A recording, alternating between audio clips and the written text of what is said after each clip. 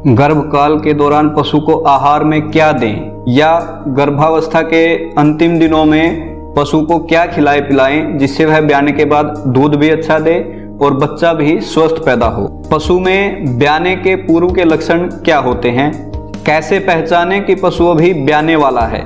दोस्तों, यदि ये सभी सवाल आपके मन में भी हैं तो ये वीडियो आपके लिए है।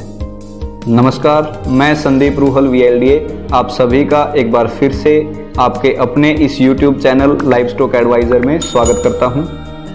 दोस्तों, इस प्रकार के सवाल हर किसी के मन में अक्सर देखे जाते हैं कि गर्भकाल के दौरान पशु को क्या खिलाना पिलाना चाहिए, गर्भकाल के दौरान और प्रसव के बाद और प्रसव के दौरान क्या उसकी देखभाल होनी चाहिए।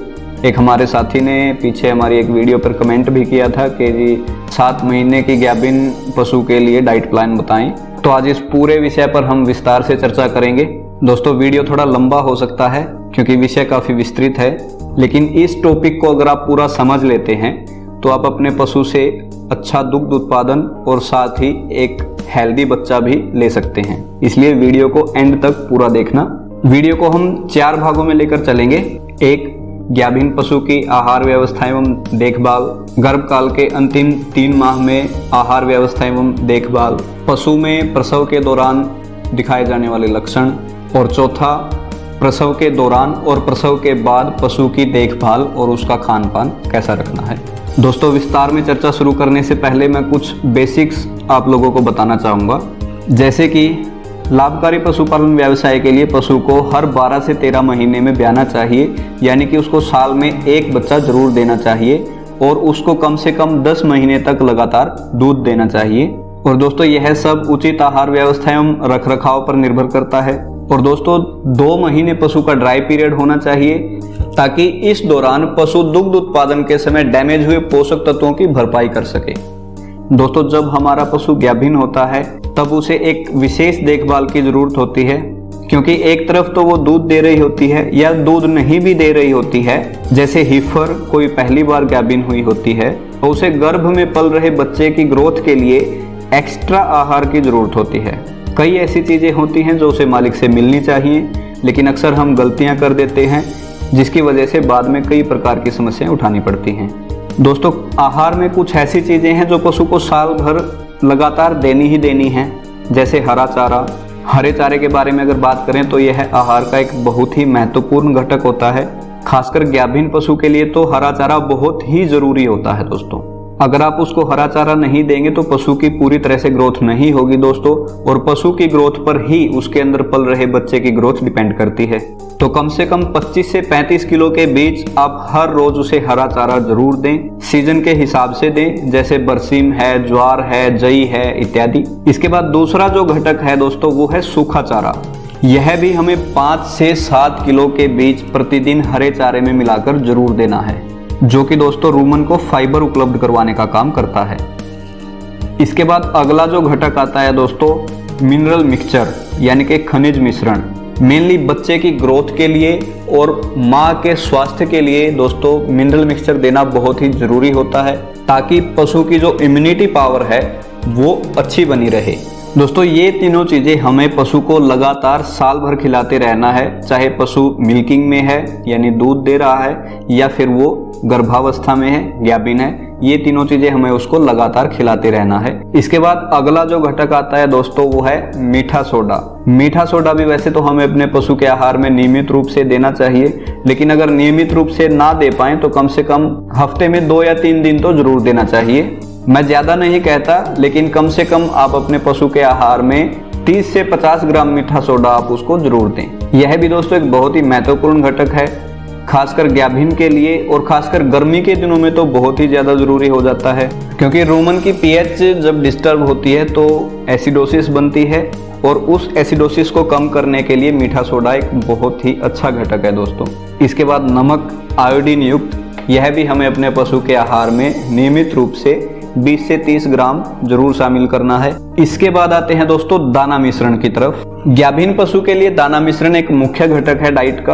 अब इसको देना कैसे है, यह सबसे जरूरी ध्यान देने योग्य बात है, क्योंकि दाना मिश्रण की खुराक दुधारू पशु के लिए अलग और गाभिन पशु के लिए अलग अलग होती है। गर्भावस्था के अंतिम दिनों में पशु को ड्राई करने के लिए दाना मिश्रण की मात्रा को घटाना पड़ता है। फिर उसके बाद आप 2 से 3 किलो प्रतिदिन इसको पशु के आहार में शामिल कर सकते हैं। दोस्तों ये अब डाइट प्लान हम डिस्कस कर रहे हैं गर्भावस्था के अंतिम 2 से 3 महीने का। शुरुआत का मैंने आपको बता दिया है, हरे चारे से लेकर मिनरल मिक्सचर और नमक तक। दाना मिश्रण को अंतिम के 2-3 महीनों में आप 2 से 3 किलो तक रखिए। इसके अलावा बात आती है विटामिन की। गर्भावस्था के अंतिम दिनों में पशु को विटामिन की अत्यधिक आवश्यकता होती है। वैसे तो मिनरल मिक्सचर में लगभग सभी प्रकार के विटामिन होते हैं, लेकिन यदि आप इस वीडियो को अभी देख रहे हैं और आपका पशु ब्याने के नजदीक है या ब्याने के 1.5-2 महीना रहता है और आपने अभी तक अपने पशु की डाइट में मिनरल मिक्सचर को शामिल नहीं किया है, तो आप उसको अलग से विटामिन की कमी पूरी करने के लिए कोई भी मल्टीविटामिन सिरप दे सकते हैं।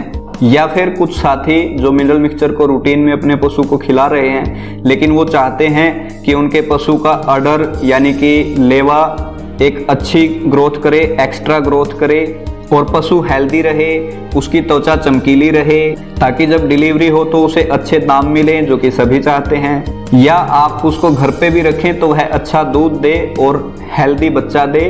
तो इसलिए दोस्तों मल्टीविटामिन लास्ट के दिनों में देना ज़्यादा ज़रूरी हो जाता है। और मल्टीविटामिन भी वो दें जिसमें विटामिन एच अच्छी मात्रा में शामिल हो, क्योंकि अडर की ग्रोथ और त्वचा की चमक के लिए विटामिन एच ज़्यादा ज़रूरी होता है। इसके अलावा दोस्तों अपने गर्भावस्था के अंतिम 2 महीनों में उसको घी या फिर सरसों का तेल जरूर देना है।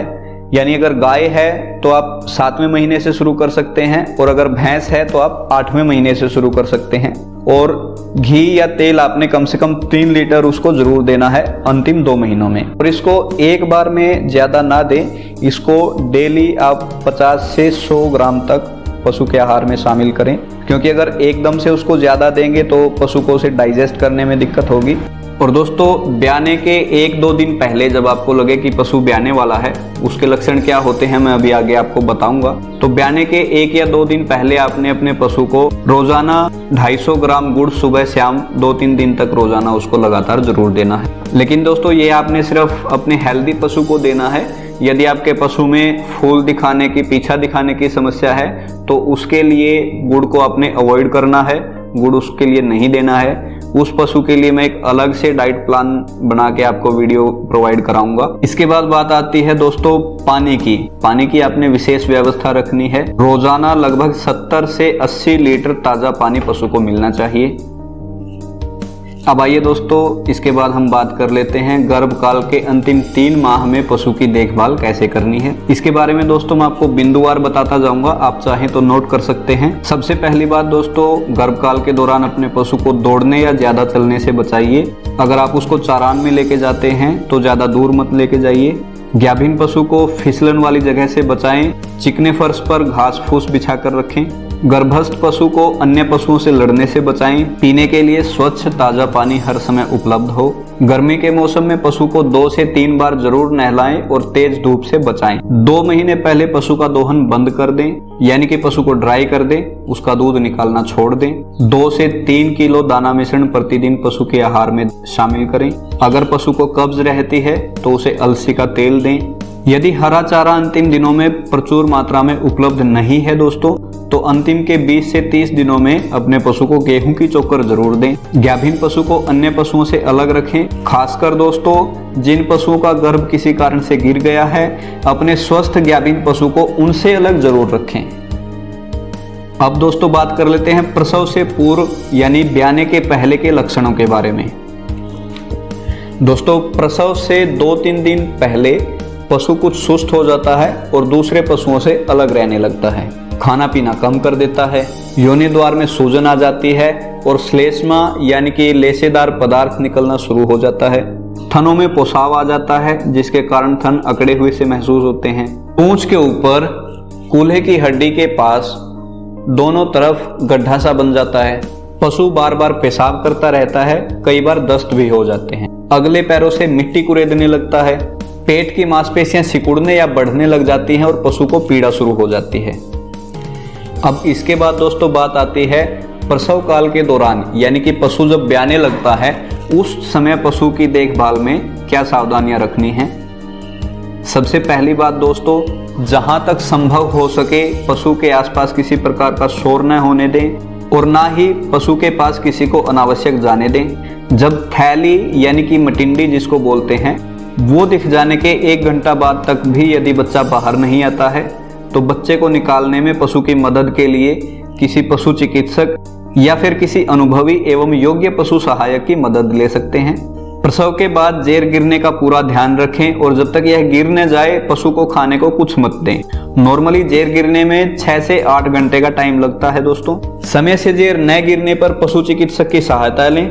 किसी अनुभवहीन व्यक्ति से जेर न निकलवाएं, इससे जेर टूटने के कारण रक्त भी बह सकता है और हाथ डालने के कारण विषाणु बाहर से बच्चेदानी के अंदर प्रवेश कर सकते हैं, जिससे बच्चेदानी में इन्फेक्शन होके उसमें सूजन हो सकती है या उसमें मवाद भी पड़ सकती है दोस्तों। और इससे फिर पशु को आगे बहुत सारी समस्याएं होती हैं जो कि उसके दुग्ध उत्पादन पर भी असर डालती है और आगे उसके हीट साइकिल पर भी असर डालती है। ना पशु टाइम से हीट में आता है, हीट में अगर आता है तो फिर वो टाइम से ठहर नहीं पाता है। इसके बाद बात आती है दोस्तों सफाई की। ब्याने के बाद पशु के पीछे का हिस्सा आपने देखा होगा बहुत ही गंदा हो जाता है। उसको साफ करने के लिए आप उसको गुनगुने पानी से पोंछ सकते हैं।